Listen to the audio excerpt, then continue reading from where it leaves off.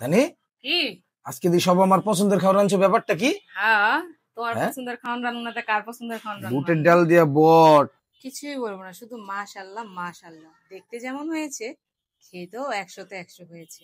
ভুড়ি দিয়ে বুটের ডাল কখনো খেয়েছেন? খেলে কিন্তু অবশ্যই নিচে কমেন্ট করে জানাবেন। তো চলেন আজকে এই সুন্দর একটা মজার রেসিপি আপনাদের সাথে শেয়ার করি। ভুড়িটা আমি সবসময় মাখিয়ে রান্না করি। তো চলেন হাঁড়িতে ভুড়িটা দিয়ে দিই। সবগুলো ভুড়ি দিয়ে দিলাম। আর ভুড়িতে আমি সবসময় পেঁয়াজ বেশি দিই।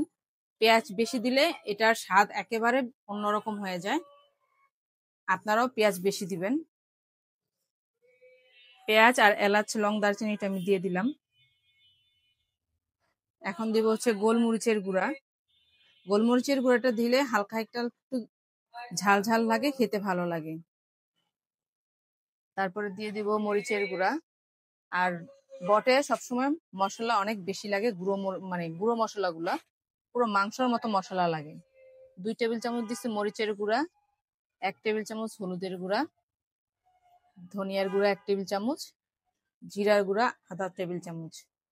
এখন দিয়ে দিব আদা রসুন বাটা। আজকে কিন্তু আমি বাটাবাটি করি নাই, আমার সব রেডি যে মশলা ছিল ওগুলো দিয়ে রান্না করতেছি। দিয়ে দিলাম স্বাদ মতো লবণ। এখন এটাকে তেল ছাড়া খুব ভালো করে মেখে নিব, একেবারে ভালো করে, যেন প্রত্যেকটা রোয়াতেই যেন ভালো করে মশলা এইভাবে লাগে। মশলাটা ভালো করে ম্যারিনেট করা হয়ে গেছে। এখন দিয়ে দেবো তেল। তেলটা পরে দেওয়ার কারণ হচ্ছে তাহলে বটটার গায়ে খুব ভালোভাবে মশলাটা লেগে থাকে। এখন তেলটা দিয়ে আবার মেখে 10 মিনিটের মতো রেখে দেবো, যেন এটার ভিতরে পুরো মশলাটা ঢুকে যায়। ওইদিকে আমার উনুন ধরানো হয়ে গেছে, চলেন দিয়ে দিই। কড়াইটা দিয়ে দিলাম। এখন ঢেকে দিব যতক্ষণ পর্যন্ত এটা মশলাটা না কষে যাবে আর কি বটের সাথে। এইদিকে আমার বটটা কষানো হয়ে গেছে, এই যে মাশাল্লাহ। এখন এর ভিতরে দিয়ে দিব ধুয়ে রাখা ডাল। ডালটা দিয়েও বটটা ভালো করে কষাই নিতে হবে। একেবারে কষানো হয়ে গেছে। এখন দিয়ে দিব পরিমাণ মতো পানি। দিয়ে দিলাম পানি। পানিটা দেওয়ার পরে নেড়ে চেড়ে দিলাম।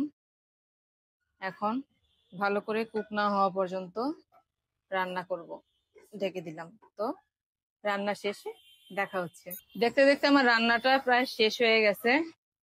প্রায় বলতে কি শেষই হয়ে গেছে। একটা রান্না করতে গেলে যে কত কষ্ট হয় আমাকে দেখে অবশ্যই বুঝতে পারছেন। তো দেখো ফাইনাল লুকটা তরকারির, মাশাল্লাহ। এই হচ্ছে আমার তরকারির ফাইনাল লুক। ডালটা কিন্তু গলে যায়নি, ডালটা আস্তে আস্তে আছে কিন্তু সিদ্ধ হয়েছে ভিতরে, একের সুন্দর। আর বটটাও অনেক সফট হয়েছে, নরম হয়েছে। তো চলেন এখন পরিবেশনে যাওয়া যাক। কিছুই বলবো না, শুধু মাশাল্লাহ মাশাল্লাহ। দেখতে যেমন হয়েছে, খেতেও 100তে 100 হয়েছে। সাথে আছে পাতলা ডাল, কলমি শাক ভাজি, আর চিকন চালের গরম ভাত। আজকের খাবারটা কিন্তু সাহেবের একেবারেই জমে গেছে। ঘি দিয়ে বুটের ডাল, কি সুন্দর গরম ধোঁয়া বের হচ্ছে।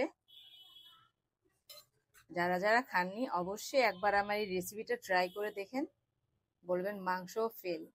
এত মজার একটা রেসিপি। দেখি আজকে সাহেবে কি রিভিউ দেয়। জানি কি আজকে দি সব আমার পছন্দের খাবার আনছো, ব্যাপারটা কি? হ্যাঁ তোমার হ্যাঁ? পছন্দের খাওয়ান রান্নাতে কার পছন্দের খাওয়ান বুটের রান্না ডাল দিয়া বট, কলমি শাক ভাজি, ঘন ডাল। মাশাল্লাহ। আজকের খাওয়ানটা কি জমে গেছে না? হ্যাঁ, বুটের ডাল দাও তো মাশাল্লাহ, একদম সফট হয়েছে দেখো। হ্যাঁ একদম নরম হয়েছে ডালটা। আর ভাঙে নাই, ডালটা কিন্তু ভাঙে নাই, খেয়াল করছো? বা ডালটা আস্ত আছে বাট অনেক সুন্দর সফট ভাবে সিদ্ধ হয়েছে। আর খায়া দেখি কেমন হয়েছে। বটটাও অনেক সুন্দর নরম তুলতুলে হয়েছে। আচ্ছা দেখা যাক, খায়া দেখি কেমন হয়েছে। বিসমিল্লাহির রহমানির রহিম। খুবই সুস্বাদু হয়েছে। সুস্বাদু হবে। আজকে মাটির চুলা ধরাইতে অনেক কষ্ট হয়েছে। বিশ্বাস করো, এই প্রথম আমি বুটের ডাল দিয়ে বট খেলাম। সারা জীবন গরুর মাংস দেয়া, মুরগির মাংস দেয়া, বুটের ডাল দিয়ে খাইছি, এই প্রথম খেলাম। যারা এই খাবারটা খায় নাই তারা একবার হলে ট্রাই করে দেখেন কি পরিমাণ যে মজা। আলহামদুলিল্লাহ আমি সার্থক। যার জন্য রান্না করেছি সে স্যাটিসফাই হয়েছে। তো বন্ধুরা, যারা যারা আমার এই ভিডিওটি দেখেছো অবশ্যই বেশি বেশি করে লাইক কমেন্ট শেয়ার করে দিবা। আর যারা এখন আমার পেজটা ফলো করে নাই ফলো করে রাখবা। যারা ইউটিউবে দেখবা অবশ্যই চ্যানেলটাকে সাবস্ক্রাইব করে রাখবা। তো সবাই ভালো থাকো, সুস্থ থাকো, টেক কেয়ার, বাই, আল্লাহ হাফেজ।